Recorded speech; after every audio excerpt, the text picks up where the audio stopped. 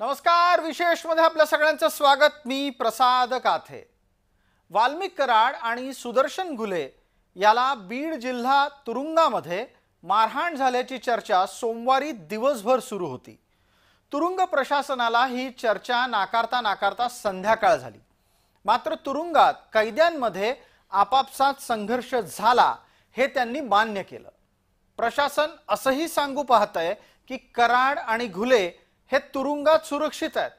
मात्र त्यातच बातमी आली की वाल्मिक कराड आणि सुदर्शन घुले यांची धुलाई करणारा महादेव गित्ते याला मात्र हर्सुलच्या तुरुंगात नेण्यात येत आहे। अशानं नवे प्रश्न तयार झाले आहेत। कराड आणि घुलेच्या सुरक्षेच्या साठी जर हे घडत असेल तर कोणत्या कारणानं तिथे असलेल्या महादेव गित्तेला इतरत्र हलवण्यात आलं? जर समजा घुले आणि त्याचबरोबर कराड सुरक्षित असतील तर इतरही काही कैद्यांना दुसऱ्या तुरुंगात नेण्याची गरज का निर्माण झाली?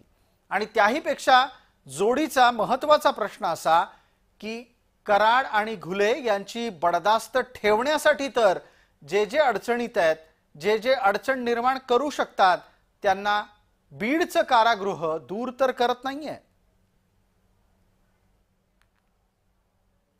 हे सगळं प्रकरण जसं घडलं तसं सांगण्याच्या ऐवजी आम्ही हे तुम्हाला उलट्या पद्धतीने समजावायचा प्रयत्न करतो।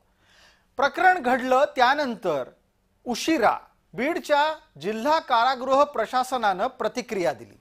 आपण बातमीच्या सुरुवातीला आधी ती प्रतिक्रिया पाहू, म्हणजे तुम्हाला आपोआप आपसूक अनेक गोष्टी हळूहळू उलगडत जातील। बीडच्या जिल्हा कारागृह प्रशासनाने काय म्हटलं ते पहा। प्रशासन असं म्हणतंय की सोनावणे आणि वाघमोडे या दोन कैद्यांमध्ये बाचाबाची झाली आणि नंतर झटापट सुरू झाली। त्यात तुरुंग प्रशासनाने तातडीने हस्तक्षेप केला, पण प्रकरण वाढत गेलं कारण इतर काही कैदी त्या वादामध्ये उतरले। गोंधळ वाढला आणि मग कैद्यांना काबूत आणण्यासाठी सर्व संबंधित कैद्यांना ताब्यात घेत त्यांच्या बराकीमध्ये नेण्यात आलं।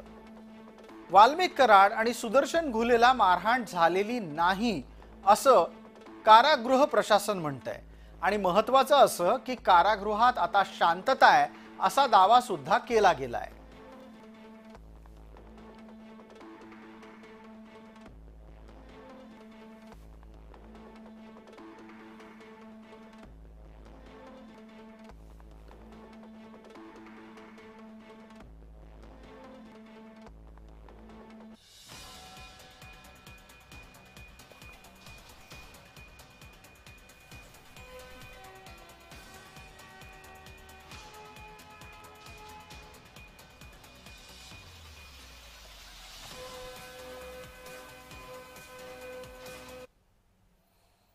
दरम्यान या संपूर्ण प्रकरणामधलं एक महत्त्वाचं पात्र आहे ते महादेव गित्ते।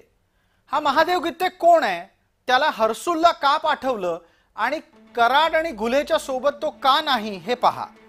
महादेव गित्ते हा शरद पवार गटाचे बबन गित्ते यांचा कार्यकर्ता आहे। 2024 मध्ये बीड मधल्या मरळवाडीचे सरपंच बापू आंधळे यांची हत्या करण्यात आली। बापू आंधळेच्या हत्येप्रकरणी महादेव गित्तेला अटक करण्यात आलेली आहे। खोट्या आरोपामध्ये महादेव गित्तेला अडकवलं असा त्याचा बचाव आहे आणि त्याचा तेव्हापासूनच कराडवर राग आहे। 29 जून 2024 मध्ये महादेव गित्तेच्या घरावर गोळीबारही झाला होता। वाल्मिक कराडच्या सांगण्यावरून हा गोळीबार झाला असं गित्ते सांगत असतो। आर्थिक देवाणघेवाणीच्या प्रकरणात बापू आंधळेची हत्या झाल्याचा संशय तपास यंत्रणांना आहे।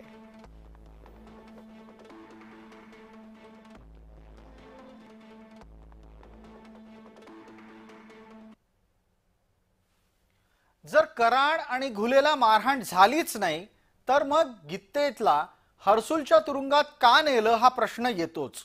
आमदार जितेंद्र आव्हाड त्यावर बोलू पाहतायत। आव्हाडांचा आरोप आहे की वाल्मिकला सुविधा पुरवण्यामध्ये महादेव गित्ते हा तुरुंग प्रशासनाला अडचणीचा ठरत होता। तुरुंगातला वाद हा वाल्मिकनं जाणीवपूर्वक घडवून आणला असंही आव्हाड यांना वाटतं। आणि आपल्या स्वतःच्या संरक्षणासाठी वाल्मिकनं स्वतःचे जवळपास 70 ते 80 समर्थक गुंड बीडच्या तुरुंगामध्ये विविध प्रकारच्या गुन्ह्याच्या अंतर्गत बोलवून घेतले गेले आहेत। हे म्हणजे तुरुंगात स्वतःची टोळी उभं करण्यासारखंच झालं। आव्हाड पुढे म्हणतात की वाल्मिकला अडचणीच्या ठरणाऱ्यांची बदली सुद्धा केली जाते। वाल्मिकला पुण्या मुंबईच्या तुरुंगात हलवायला हवं, तिथेच त्याला ठेवायला हवं असंही जितेंद्र आव्हाड यांना वाटतं।